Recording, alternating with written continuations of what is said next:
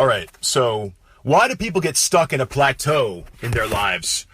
Why do they not make progress in development of their lives, right? In terms of their career, or in terms of becoming better at business, or whatever the aspect of your life is. Why aren't they growing?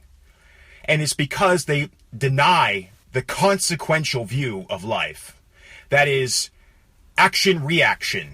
If I want to change something about myself, I have to work. I have to make sacrifices in order to do so. Okay? So if I want to get a healthy and physique, I need to go to the gym. I need to watch what I eat, right? That one's obvious because there's no way to deny that. But there are other ones, right? Like saving your money. If you don't want to be poor, you need to spend less than you make and save your money, right? And if you want to be very wealthy, you'll have to work very hard. This is a consequentialist view of life. The white aristocratic definition of that is dynamics, right? Action, reaction. A thermodynamic view of life. The aristocratic Indians called it karma. The aristocratic Egyptians called it mat. The aristocratic Chinese, they called it the Tao. Yin and yang. Okay? So, my view of life is that it has a budget that, where there's a strength in one area requires a weakness in another. I don't believe that you can have everything to be perfect. I believe that everything in life has a cost. I don't believe that we can live in a utopia. I don't believe in a lack of consequence. I believe that everything must have a balance and a harmony. So, because there's a budget to life, there's a budget to the formation of aspects of our character, to a society, to the form of animals, even of plants, of the solar system. An example is so Goethe. He talks about the principle of compensation. It's this idea that there's a budget to the amount of resources or energy or formation to animals. So, for example, an animal like a rhinoceros that has large horns on its head will have to have a cost somewhere else in its body, right? So its teeth will be small and weak. On the other hand, the lion, it has large teeth but doesn't have horns.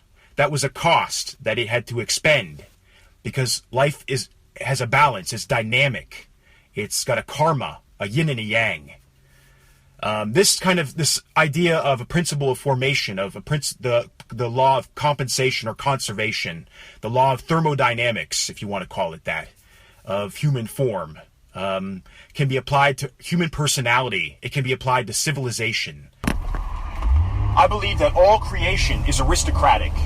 That is, if you want to build something, you have to make sacrifices. You have to, there's a cost involved.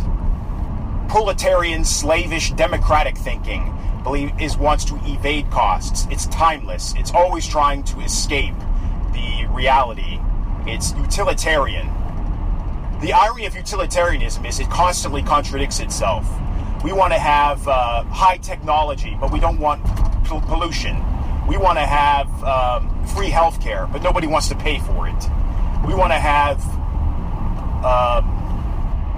low taxes, but all these government services, right? So there's this constant contradiction in utilitarianism. It's the desire for slavish people who want to have it all and nobody has to pay for it. There's no suffering. That is an absolute lie. Everything has a cost. That is aristocratic thinking. Karma, Taoism, mat. That is the creative view of life. So aristocratic thinking creates. Democratic thinking obliterates. It is a nihilistic view of life. It's time to face the reality. Everything has a cost. There is no escape. There's no world system that you can create. No theoretical libertarian, socialist, Buddhist, Confucianism system that's going to help you evade the facts. Life has a cost. Every advantage that you want in life has a cost involved. That's the facts. That is aristocratic thinking to its core. Democratic, utopianistic, theoretical escapism is not the answer. I'm going to make an unscripted video of my beliefs. I often have been asked, why don't you have a system? Why don't you have a theory? Why aren't you a libertarian? Why aren't you an anarchist? Why aren't you a socialist?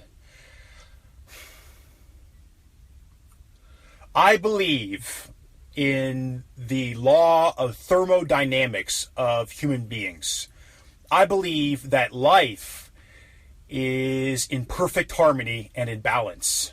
And if we ignore this law, that it will be imposed upon us. I believe in the thermodynamics of human energy, of human passion, of thought, of mind, of body.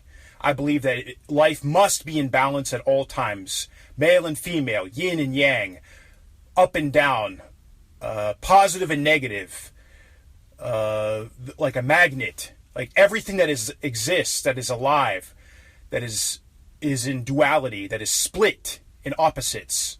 And when they combine, they either create new growth or die. I don't believe that we can solve the human condition. I believe that when we try to solve the human condition, we just create new problems that result in requirement of new solutions. All ethics is exponential. It always creates new problems that require new solutions, that require new problems, that require new solutions. It ignores the thermodynamics of life, the dynamics, the karma, the yin, the yang of life.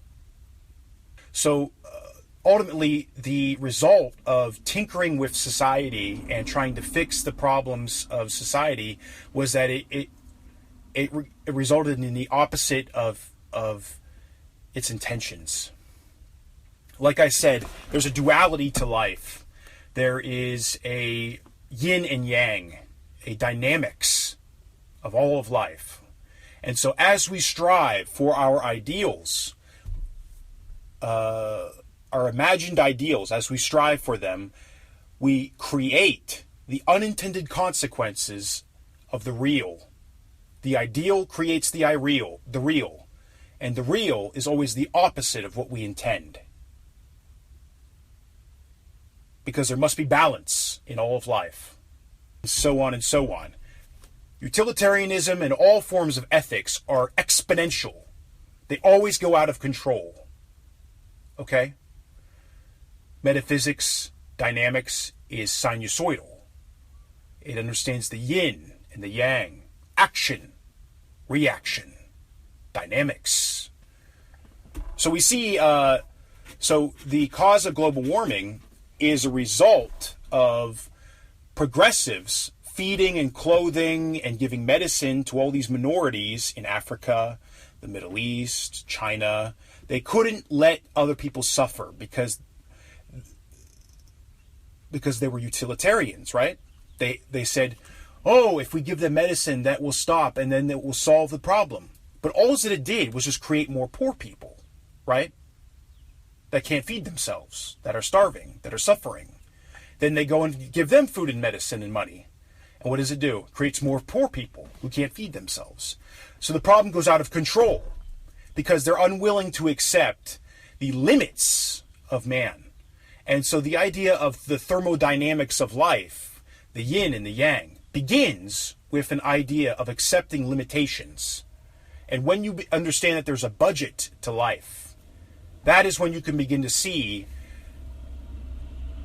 where the trouble begins, right?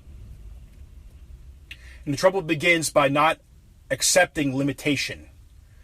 Goethe says, mastery is limitation, understanding the limits of man, of ourselves, of our culture, of our civilization, of our time. And that, I believe, is really the essence and the meaning of a demon, of the devil. Is the devil represents the unintended consequences of our striving for an ideal. Look at Thor. Thor is a perfect, beautiful, ideal Viking. He has a hammer. The hammer represents, in my view, striving for an ideal. And then Loki who represents his opposite, is the unintended consequences of his striving for an ideal. And because the cynic truth is that as you strive for an ideal, you create its opposite, because life requires balance. So as we strive more for our utilitarian goals or our ethical goals, they create the unintended consequence, the blowback, the reaction, the karma, the yang of the yin. Again, Batman and Joker, right? Batman, he is this serious, ethical man who tries to fix the human condition. His parents were shot by a criminal. He thinks he can prevent that from happening again. He strives to create an ideal society. But in that striving, he creates its opposite, Joker, the laughing, cynical man who wants to create chaos out of the order that he is creating. All right? I hope this makes some sense to somebody. I'm not sure. Give me your feedback. Thank you.